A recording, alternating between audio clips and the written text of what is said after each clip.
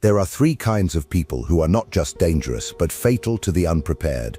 They are not merely obstacles, not inconveniences, not passing threats. They are traps in human form, and if you fail to recognize them, you will not simply lose money or time, you will lose your freedom, your strength, perhaps even the very sense of who you are. Most people will encounter them. Most people will smile in their faces, invite them to dinner, even trust them with secrets and opportunities. And by the time they realize the mistake, the damage is already permanent. You will meet them, you may already know them, and if you cannot see through their disguise, you will be consumed. The first of these is the manipulator. He does not come with a weapon in his hand. He does not enter with rage or threat. He enters with warmth, with interest, with charm. You will never see his fangs because he never shows them. He makes you open your hand willingly and place your fortune, your time, your loyalty into his grip. The manipulator is invisible at first glance because he hides in the most dangerous place of all, in what you want to believe about him. He is not a thief in the night, but a companion in the day. He will smile when you speak and nod at the right moment. He will seem to understand you in a way that no one else does. He will mirror your emotions, reflect your values, and project the illusion of safety. And because people crave being understood more than anything else, you will not notice that his reflection is hollow. He does not need to push against you. He does not need to argue or fight. His mastery lies in persuasion, in subtlety, in making you think that the decision you make is your own, when in reality, it was planted in your mind long before. Force is crude, persuasion is elegant, and the manipulator prefers elegance. Think about the business partner who seems trustworthy, who talks endlessly about shared goals, who celebrates your small victories with enthusiasm. He will shake your hand firmly. He will look you in the eye, and while you are convinced of the bond between you, he quietly drains accounts, reroutes opportunities, and makes sure that when the house falls, you are the one holding the rubble. Think about the lover who flatters you with constant devotion, who whispers about future plans, who convinces you that you are the center of their world. And yet, while you are blinded by the attention, they are weaving a second life behind the curtain, ensuring that when they leave, they walk away with your time, your trust, and often your wealth. Think about the so-called friend who is always there with advice, who couches every word in concern, who insists that they only want what is best for you. But if you look closer, you'll see the advice leads you where they benefit, and the concern is a mask for control, poison disguised as care, subtle influence that feels like protection but ends in chains. The manipulator thrives because most men believe that danger must be loud. They expect the attack to be open, the betrayal to be obvious, the predator to bare its teeth before striking. But the manipulator never bares anything. He smiles, he flatters, he agrees. He places himself in your blind spot and convinces you it is light. And because his approach requires no force, there is no resistance. You hand him your trust because it feels natural. You give him your loyalty because it feels earned. You hand him your wealth, your secrets, your vulnerabilities because it feels like the right choice. This is what makes him lethal. He does not take, he makes you give, and you do not even realize it until the moment you are emptied. The Machiavellian truth is brutal but clear. The manipulator is the most civilized thief you will ever meet. He will never rob you at sword point, never drag you into conflict, never raise his voice. He doesn't have to. He allows you to lower your own defenses, to open your own gates, to invite him inside. The door is unlocked because you unlocked it for him. The most dangerous man is not the one who threatens you. It is the one who convinces you that he is harmless. And because of this, because he wears no weapon on his belt and speaks no threat aloud, most people never notice until they are already trapped. Now I want you to stop and think. Who in your life always agrees a little too easily? Who flatters you just enough to disarm suspicion? Who seems to know exactly how to say the right thing at the right time? These are not harmless quirks. These are signals. You might already know a manipulator. You might already be under his influence. And the most terrifying truth is that you would never know until the price has already been paid. Look around you, your colleagues, your friends, even those closest to you. Ask yourself if their care always benefits you, or if quietly it benefits them more. Ask yourself whether you've ever walked down a path that felt like your choice, but somehow led to their advantage every time. If you see it once, you must see it twice, and if you see it twice, it is not an accident. This is why the manipulator is the first type of dangerous man you must learn to see, because he hides in plain sight. because he wears your trust as his disguise, because he uses your own desires as his weapon. The manipulator's art is subtle, but its consequences are devastating, and unless you learn to strip away the mask, you will never know when he is guiding your hand to sign away your freedom, to surrender your position, to hand over your very future with a smile. In the next part, I will strip that mask away. I will show you the precise signs that betray him, the tells he cannot hide, the subtle cracks in his performance that reveal who he truly is. You must know these signs before he destroys you. You already know that the manipulator never storms the gates, never rattles the chains, never forces his way into your trust. He waits until you open the door and invite him inside. That is why most men are destroyed by him long before they realize there was even a threat. But here is the problem. Once you understand that such a creature exists, you will want to believe that spotting him will be easy. It will not. He thrives because he knows your hunger better than you do. He knows you crave validation, approval, the feeling of being special, of being seen, and so he becomes a mirror. He reflects back the face you want to see.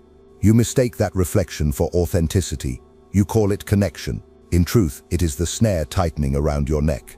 What you must learn now are the cracks in his disguise, the signals too small to notice unless you are trained to see them.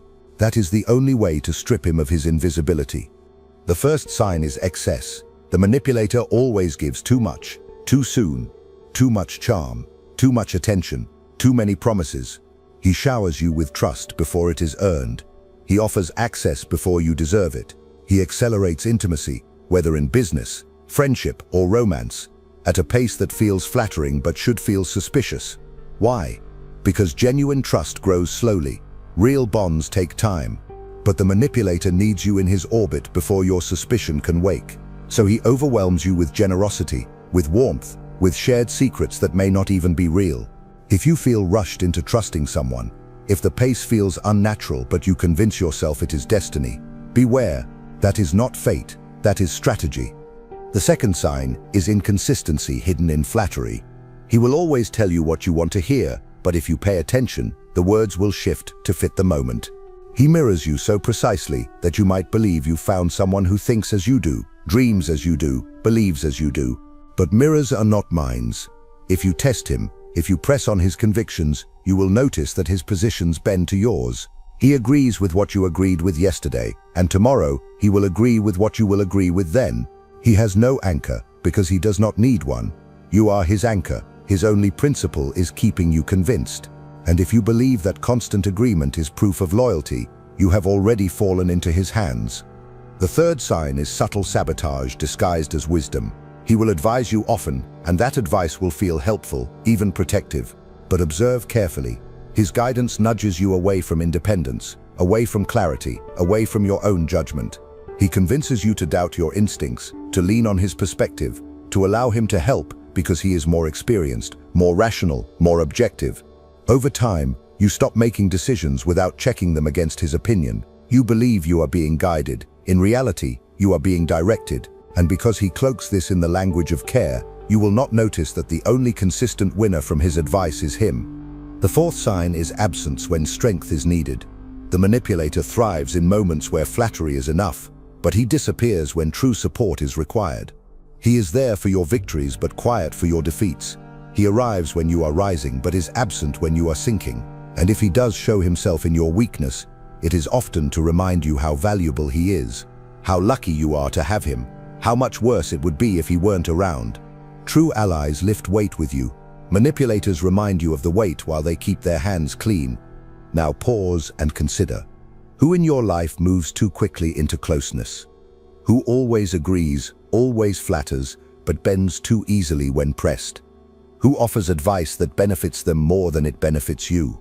Who is absent when you are weak, but returns when you have something to give? These are not harmless patterns. These are warnings.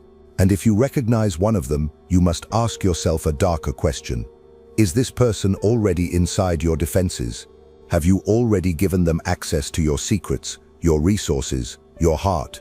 Because the manipulator does not steal in a single moment.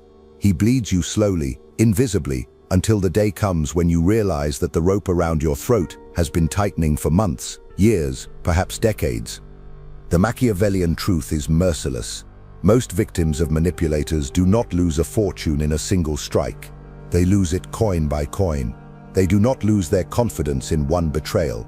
They lose it argument by argument, over time, until they no longer remember how to think without him. This is why manipulators are so dangerous, because you are never aware of the loss until you are already hollow. And once hollow, you will no longer resist. This is the fate of those who fail to recognize the signs. And yet, once you know them, once you see through the charm, the mask cannot hold. The manipulator has no core, only reflection. Once you stop reflecting back the light he projects, he disappears. But you must ask yourself something harder. Why did you let him in? Why did you crave his flattery? Why did you welcome his pace? Why did you listen to his counsel? Because the manipulator does not invent your weakness. He reveals it. And if you cannot answer these questions honestly, you will not only fall for him once, you will fall for him again and again, until you learn the truth of yourself. The manipulator will always find a door. And this is the most brutal lesson. Sometimes the real enemy is not him, but the hunger in you that gave him the key. The manipulator disarms you with charm, but the betrayer is deadlier still, because he does not need to persuade you to open the gate. He is already inside the walls. This is the second kind of dangerous man, the one who waits not at the door, not at the window, but at your table. He eats your bread, he drinks your wine, he listens to your secrets, and all the while he sharpens the blade he will drive into your back. You cannot defend against him by suspicion alone, because suspicion will betray you if it touches everyone. No, the betrayer thrives because he blends so perfectly with trust that by the time his strike comes, you are not only vulnerable, you are completely exposed. This is why betrayal destroys more than fortunes. It destroys the spirit. It convinces you that no trust can be real, that no bond is sacred, that no loyalty lasts. The manipulator takes your money, the betrayer takes your faith in mankind. You must understand why the betrayer is inevitable. He is not the stranger at the gates, not the rival across the battlefield. He is the brother in arms, the confidant, the ally who has been granted proximity. Danger increases with closeness, and no one is closer than the one you trust most. Ask yourself who truly has the power to hurt you. It is not your enemies, for you expect their hostility. It is not strangers, for you expect nothing of them. The ones who can ruin you are the ones you've let in, the ones whose betrayal will shake you because you never prepared for it. And this is why betrayal always feels larger than life. It is not only a crime against you, it is a crime against the very belief that loyalty exists. Consider the friend who knows your weaknesses because you revealed them in confidence, who nods as you speak your darkest fears, who promises to guard your secrets as if they were his own. But when the moment arrives, when speaking them aloud earns him advantage, he will reveal them, and your soul will feel exposed to the world. Consider the business partner who has access to the accounts, who has sat in every meeting, who has smiled through every plan. He will wait until the time is right, until your defenses are down, and then redirect every asset while your eyes are still blind with trust. Consider the lover who whispers of permanence, who has lived inside your very skin, who has heard you in moments of desperation and ecstasy alike. When betrayal comes from them, it is not only loss, it is desecration. The Machiavellian truth is this: betrayal never comes from weakness. It comes from calculation. The betrayer is patient. He does not act at the first opportunity. He waits for the right moment, the perfect angle, the strike that guarantees not just gain but destruction. Because the betrayer does not want to merely win, he wants you to lose. And the greater your trust, the greater his triumph when it collapses. This is why betrayal cuts deeper than any theft or deception. It is not about what is taken. It is about the collapse of something you thought untouchable. Most men are destroyed not by betrayal itself, but by their blindness to its possibility. They tell themselves, he would never. They repeat it with certainty, she would never. But history, literature, and life itself all whisper the same answer: they will, and they do. Brutus was not a stranger to Caesar. Judas was not unknown to Christ. Every great downfall has been accelerated not by open war, but by the knife of the one closest at hand. You are not an exception. Do not tell yourself that loyalty is universal. Loyalty is temporary. It lasts until the betrayer sees more value in treason than in devotion. And yet, even as I speak these words, you resist them. You want to believe in the permanence of trust. You want to believe that some people, at least, are incapable of betrayal. That is your weakness, and it is why the betrayer will always exist. He lives in the space between your faith and reality. He feeds on the difference between what you hope for and what men truly are. He thrives because you cannot bring yourself to imagine his strike, and when it comes, your shock doubles its force. Think now of the people closest to you, not strangers, not rivals, but those who sit beside you, those who know your heart, those you could not imagine turning against you. Hold their faces in your mind. Ask yourself, who has access to what would break you? Who knows where you are weakest? Who could devastate you with a single word, a single action, a single revelation? If you can name them, you must understand, those are the only people who can betray you, and one of them eventually will. The betrayer does not appear suddenly. His treason is not lightning, it is erosion. He begins long before the knife touches your back, long before the account is emptied, long before the secret is exposed. His betrayal is prepared, rehearsed, cultivated in silence. What destroys most men is not that they were betrayed, but that the signs were there all along, and they chose not to see them. If you wish to survive, you must learn to see the signs. They are subtle, but they exist. They always exist. The betrayer is never flawless, because deception always leaves a residue. His smile is just a little too measured, his interest just a little too convenient, his loyalty just a little too loud. Watch closely, and you will see the fracture lines before the collapse. The first sign is secrecy disguised as privacy. Every man keeps something to himself, but the betrayer guards more than he should. He withholds not because he is reserved, but because he is planning. He speaks freely of small things but grows silent when the subject turns to future plans, commitments, or accountability. When you ask a direct question, his answers are vague, evasive, or delayed. He hides behind phrases like "trust me" or "I've got it handled," when in reality, he does not want you looking too closely. Privacy protects, secrecy conceals. Learn to tell the difference, because in secrecy, betrayal ferments. The second sign is subtle distancing. The betrayer begins to pull away, not with open conflict, but with small withdrawals of presence. He misses meetings, cancels appointments, avoids conversations, all while insisting that nothing is wrong. He is present when it benefits him, absent when it demands effort. He will still smile, still flatter, but there is a hollowness beneath it. He is already detaching himself from your fate, already shifting his allegiance elsewhere. And because you are blinded by familiarity, you will tell yourself that he is just distracted, just busy, just tired. But distraction does not feel like withdrawal, only betrayal does.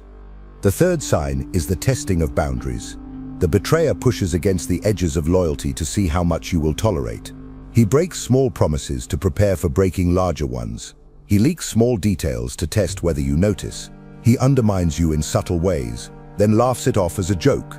These are rehearsals. He is conditioning you to expect less, to excuse more, to adjust to disloyalty until you no longer recognize it as abnormal. By the time the final act comes, you will have grown so accustomed to these fractures that the collapse will feel almost natural. The fourth sign is envy disguised as admiration. The betrayer often begins as your ally, even your supporter, but admiration rots into resentment. He claps when you succeed, but his eyes linger too long on your victory. He congratulates you with words, but bitterness flickers across his expression. He may praise you publicly while mocking you in private. Pay attention to how people react when you rise. The betrayer cannot hide his envy forever. It will appear in glances, in jokes, in subtle dismissals. And once envy takes root, betrayal becomes only a matter of time. The fifth sign is the sudden shift in allegiance. One day, you notice he praises someone else more than he praises you. He spends more time with others than with you. His language begins to mirror theirs. His loyalty leans in their direction. His jokes are at your expense rather than theirs. This is the shadow of betrayal, the rehearsal of treason. He has already chosen a new master, a new partner, a new loyalty. You are no longer the center of his allegiance. You are now the obstacle to it. Think carefully now. Who in your life grows more secretive as you grow more transparent? Who withdraws while insisting nothing is wrong? Who breaks small promises and laughs at your discomfort? Who admires you with words but envies you with eyes? Who has shifted their allegiance, little by little, toward others who compete with you? Do not dismiss these signs as paranoia. Do not excuse them as stress or coincidence. These are the cracks before the collapse. These are the footsteps of betrayal approaching, and if you ignore them, you will walk willingly into the knife. The Machiavellian truth is this: betrayal is never sudden. It is a sequence, a pattern, a slow unraveling of loyalty until only treason remains. The only defense is vigilance, not blind suspicion of everyone, but cold clarity in observing those closest to you. To see the betrayals before they happen is not cynicism, it is survival, because the only thing worse than being betrayed is being surprised by it. And the man who prepares himself can never be truly surprised. The predator is different from all who came before him. The manipulator takes by charm, the betrayer by treason, but the predator takes by fear. He does not wait for permission, he does not require your trust, and he does not waste time weaving illusions. He arrives with power already in his hand, and his strength is that he does not care what mask he wears. His presence is the weapon, his very existence is an announcement of threat, and unlike the others, he thrives not in secrecy but in spectacle. He wants you to feel his approach, to sense the inevitability of his strike, because your fear is the soil from which his dominance grows. To understand the predator, you must accept this truth: he does not negotiate, he does not persuade, he does not beg, he consumes. The predator is fearless because he has stripped himself of the illusions that hold most men back: conscience, pity, hesitation. These are weights he has discarded. While others pause to calculate or restrain themselves with morality, the predator moves with relentless certainty. He does not hesitate, and that alone makes him terrifying. Most men falter before they act, second-guess themselves, soften their blows with doubt. The predator has no such weakness. He does what others only imagine. He says what others only think. He takes what others only covet. And because of this, he appears larger than life, unstoppable, godlike in his lack of restraint. You have seen him before. The corporate leader who thrives on intimidation, who silences rooms not with persuasion but with raw dominance. The warlord who rules not because his people love him, but because they fear his wrath. The street tyrant who commands loyalty not with trust, but with the certainty of violence if disobeyed. These are predators. They are not subtle, they do not ask, they impose. Their advantage is not deception but the terror they inspire, because fear is faster than reason, and men paralyzed by fear will hand over everything without a fight. But here is the darker truth. The predator does not even need to act to win. His greatest victories are secured before the first strike. When people fear him, they restrict themselves, silence themselves, surrender possibilities that could challenge him. His reputation does half his work. His shadow arrives before his body, and men flee before the blade is even drawn. This is why predators are so destructive, not because they fight constantly, but because they rarely have to. Their aura of inevitability defeats more men than their actions ever could. What makes the predator so dangerous is not only what he does, but what he makes you do to yourself. In his presence, you hesitate, you censor your thoughts, you bend your posture, you hand him victories without resistance. Fear is the chain, and once he locks it around your throat, you begin to police yourself on his behalf. He does not need to monitor you, you monitor yourself. You make yourself smaller, weaker, quieter. You sacrifice your potential at the altar of his dominance. This is why predators rise so quickly and reign so long, because their victims become their enforcers. And yet, you must remember this: the predator's strength is also his weakness. He thrives only as long as fear is alive in the hearts of others. The moment fear breaks, the moment someone sees him not as inevitable but as mortal, his power crumbles. Every predator has a beginning and an end. His reign is measured not by his will but by the number of men who remain afraid. But until that moment comes, until his aura is shattered, he is a storm that cannot be reasoned with. He will not wait for betrayal. He will not flatter like the manipulator. He will strike, and he will keep striking until nothing is left. Think now. Who in your life thrives on your hesitation? Who grows stronger when you shrink? Who commands with presence alone, without needing to explain, without needing to justify? Who makes you edit yourself in their shadow? Who forces you to act smaller than you are? These are not leaders, they are predators, and the longer you allow their fear to take root in you, the more you become their prey.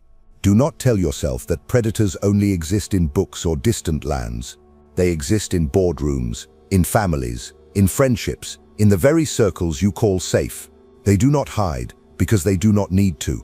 They walk openly, confident that your fear will protect them. The predator hunts in cycles. His method is not random chaos, but a deliberate pattern of domination. First comes the intimidation. He enters a room and seizes it without words. His posture, his gaze, the silence that follows his presence all announce that he is not to be challenged. Then comes the conditioning. He ensures that people around him adjust their behavior, soften their voices, surrender their positions without being asked. Over time, he builds an environment where fear maintains itself. People anticipate his anger, his hunger, his violence, and they police themselves before he has to. By the time he acts, resistance is already broken. The true genius of the predator is not in what he does, but in what he makes you do to yourself. The predator enforces his reign through selective cruelty. He does not need to punish everyone. He only needs to destroy one in front of everyone else. A public humiliation, a ruthless dismissal, an example made of one unfortunate victim. That single act radiates outward, infecting the rest with dread. Everyone watching thinks, if that could happen to him, it could happen to me. And so the predator multiplies his power without effort. Fear does not need to be universal. It only needs to be visible. Like a fire, it spreads on its own. He simply sets the first spark. But fear is never stable. It must be fed. The predator maintains dominance by stoking the fire again and again, ensuring that the memory of his power never fades. Sometimes it is a violent outburst. Sometimes it is a calculated show of authority. Sometimes it is nothing but a silence that forces everyone to imagine what he might do. The predator understands that imagination is stronger than fact. Men fear what they cannot predict, what they cannot measure, what they cannot control. By keeping others uncertain, by never showing the full extent of his methods, he ensures they always imagine worse than what is real. That imagination enslaves them more tightly than chains. Yet here lies the secret that the predator never wants you to realize. His power only exists as long as you believe in it. The moment you stop fearing him, his aura collapses. He has no persuasion like the manipulator, no closeness like the betrayer. He has only the shadow of fear. If you pierce it, you expose him as mortal, limited, vulnerable. But most men never reach this moment because they are broken long before. They surrender their strength, their courage, their resistance, because they cannot endure the suffocating weight of his presence. They convince themselves he is invincible, and by that belief, he becomes invincible. The predator does not win because he is beyond defeat. He wins because you accept defeat before the fight begins. Think again of your own life. Who is it that you obey without questioning, not because of respect but because of fear? Who silences you before you even speak? Who makes you smaller, weaker, less alive simply by standing near you? Do you not see that this is how predators thrive, by convincing you that their power is absolute, when in truth it rests entirely on your compliance? Do you not see that fear is the chain, and your belief is the lock that holds it shut? The predator cannot enslave a man who has stripped fear from his heart. But to reach this point, you must endure the storm of his presence. You must refuse to shrink. You must be willing to confront the illusion he projects. The Machiavellian truth is that predators rule only until the day courage rises. Every tyrant in history has seemed unstoppable, eternal, absolute, until the moment he fell. And when he fell quickly, because his power was never as strong as it appeared. It was held together by fear, and when fear breaks, his reign evaporates like smoke in wind. The predator knows this, which is why he works tirelessly to keep you trembling, to keep you guessing, to keep you doubting yourself. But once you see him clearly, once you stand without fear, he has nothing left to use against you. You now know the three most dangerous kinds of people you will ever meet: the manipulator, who deceives you into surrendering; the betrayer, who strikes from within; and the predator, who conquers by fear.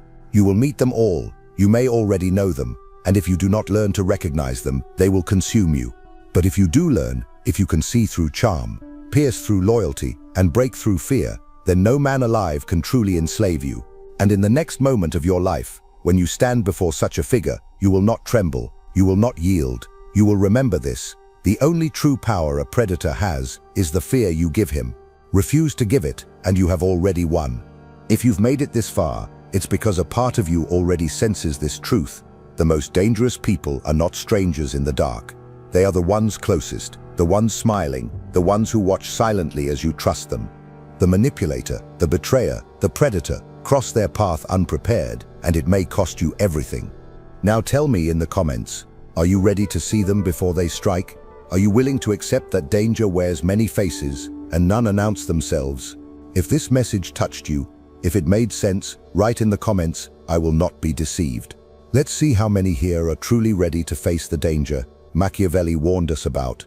And don't forget, keep watching the next video. It's important, much more than you imagine. See you there.